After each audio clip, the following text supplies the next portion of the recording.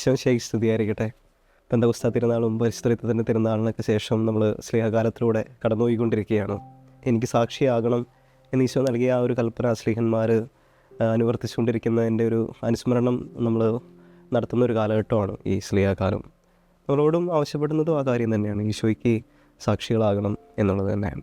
വളരെ കൗതുകം ഉണ്ടാക്കിയൊരു സംഭവം എൻ്റെ മനസ്സിൽ ഇങ്ങനെ കിടക്കുകയാണ്.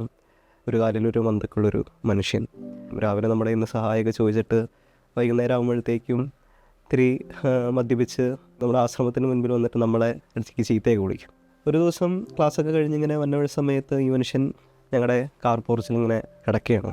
അപ്പോൾ അതിലധികം മദ്യപിച്ചിട്ടുണ്ട്. വസ്ത്രമൊക്കെ ഇങ്ങനെ അഴിഞ്ഞ് ആ മനുഷ്യനിങ്ങനെ കിടക്കുകയാണ്. നമുക്കൊക്കെ ആദ്യമായിട്ട് കാണുമ്പോൾ ഒരു ഷോക്കാണ് അല്ലേ?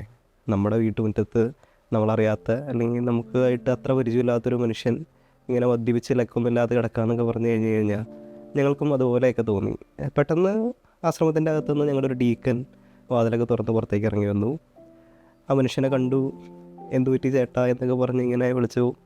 ആ ചേട്ടൻ ഇങ്ങനെ തലയൊക്കെ പോയി ഉയർത്തി നോക്കിയിട്ട് മുന്നിലൊരു മനുഷ്യൻ തന്നോട് ഇങ്ങനെ ചോദിക്കുന്നു. നമുക്കറിയാം, ഒരു പരിധി കൂടുതൽ മദ്യപിച്ചിട്ടുണ്ടെങ്കിൽ ഫ്രണ്ടിൽ നിൽക്കുന്നത് മാർപ്പാപ്പയാണോ മെത്രാനാണോ എന്ന് പോലും നമുക്കറിയില്ല അല്ലേ? നമ്മുടെ ഒരു ഉടുത്ത തുണിയുടെ പോലെയാണ് നമ്മുടെ ബോധവും, കയ്യിൽ നിൽക്കില്ല. ആ ചേട്ടൻ അറിയാവുന്ന ഏറ്റവും നല്ല സഭ്യ വാക്കുകളിൽ ഒന്ന് ഞങ്ങളുടെ ഡീക്കനെ നോക്കി വിളിച്ചു. അപ്പോൾ ഞങ്ങളത് കേട്ടിങ്ങനെ ഷോക്കായിട്ട് നിൽക്കണം. പക്ഷേ ഡീക്കനിങ്ങനെ ഭാവമാറ്റമൊന്നുമില്ല. ഡീക്കൻ പറഞ്ഞു, ഒരു ജഗ് വെള്ളമൊക്കെ എടുത്തിട്ട് വാ. അപ്പോൾ ഞങ്ങളൊരാൾ ചെന്ന് ഒരു ജഗ് വെള്ളമൊക്കെ എടുത്തിട്ട് വന്നു. ഡീക്കൻ തന്നെ ആ മനുഷ്യൻ്റെ മുഖമൊക്കെ കഴുകി.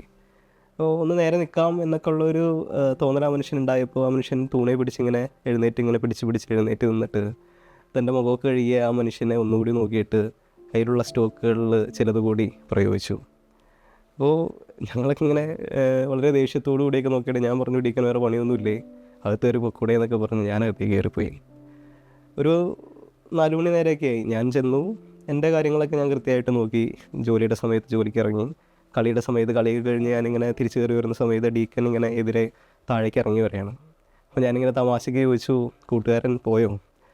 അപ്പോൾ ഡീക്കൻ പറഞ്ഞു, ഒരു 4-4:30 ആയപ്പോഴത്തേക്ക് ഈ മനുഷ്യൻ്റെ കെട്ടങ്ങ് ഇറങ്ങി.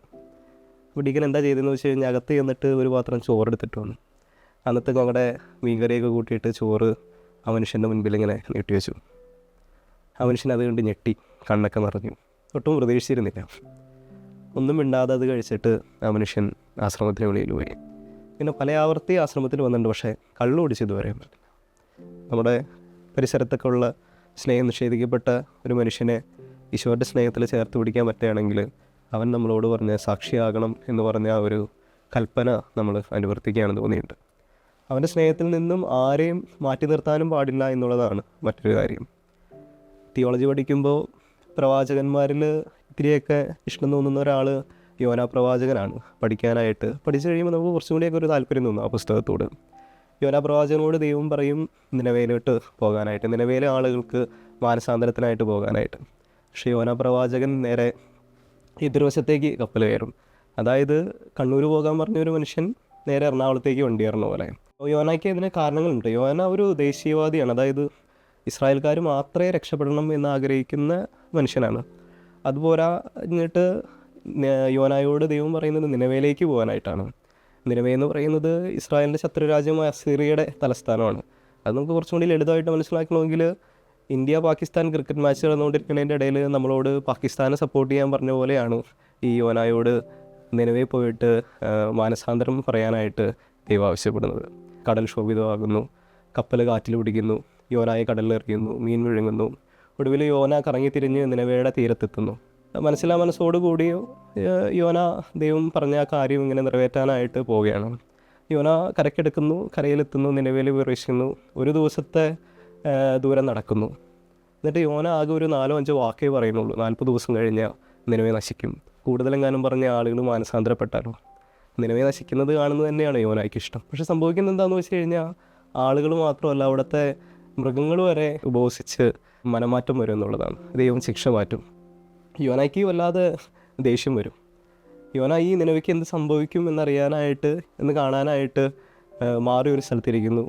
അപ്പോൾ ദൈവം യോനായ്ക്ക് തണലേകാനായിട്ടൊരു ചെടിയൊക്കെ കൊടുക്കുന്നു. ഒരു ചെടി വളരുന്നു. യോനായ്ക്ക് തണലൊക്കെ കിട്ടാനായിട്ട് യോനായ്ക്ക് ആശ്വാസമൊക്കെ ആവുന്നു.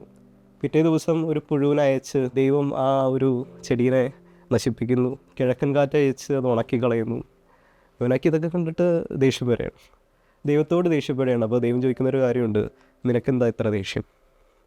ഈ ചെടി നീ നട്ടിട്ടില്ല, വളർത്തിയിട്ടില്ല, എന്നിട്ട് നിനക്ക് ഇതിനോട് അനുകമ്പ തോന്നുമ്പോൾ ഈ ആളുകളോട് 1,20,000-ൽ പരം ആളുകളോട് എനിക്ക് അനുകമ്പ തോന്നാതിരിക്കും. നമ്മൾ വിചാരിക്കുന്ന ഒരു കൂട്ടം ആളുകൾ മാത്രമല്ല ഈശോയുടെ ഒരു സ്നേഹവട്ടത്തിൽ പെടുന്നതെന്ന് ഓർക്കണം. അവൻ എല്ലാ മനുഷ്യനെയും ചേർത്ത് പിടിച്ചേക്കുന്നതാണ്. നമ്മളെ ബുദ്ധിമുട്ടിക്കുന്ന മനുഷ്യൻ, നമ്മളറിയാത്ത മനുഷ്യൻ, സ്നേഹമില്ലാത്ത, സ്നേഹം നിഷേധിക്കപ്പെട്ട ഒരു ലോകം ഉണ്ടെങ്കിൽ അവൻ്റെ സ്നേഹം കൊണ്ട് ചേർത്ത് പിടിക്കണം എന്നുള്ളതാണ്. നമ്മൾ ഈ സ്ലീഹാകാലത്തിലൂടെയൊക്കെ കടന്നു പോകുമ്പോൾ അവൻ്റെ സ്നേഹം കൊണ്ട് സ്നേഹം നിഷേധിക്കപ്പെട്ട ഒരു മനുഷ്യനെങ്കിലും ചേർത്ത് പിടിക്കാനായിട്ട് നമുക്ക് സാധിക്കുന്നുണ്ടെങ്കിൽ തീർച്ചയായിട്ടും ഈശോ നൽകിയ ഒരു കൽപ്പന നമ്മൾ അനുവർത്തിക്കുകയാണ്. അതിനുള്ള കൃപയ്ക്കായിട്ട് നമുക്ക് പ്രാർത്ഥിക്കാം. ദൈവം നമ്മളെല്ലാവരെയും അനുഗ്രഹിക്കും. വിശുദ്ധ കുർബാനയുമായി ബന്ധപ്പെട്ട വീഡിയോകൾ നിങ്ങൾക്ക് ലഭിക്കാൻ ഈ ചാനൽ സബ്സ്ക്രൈബ് ചെയ്യുക.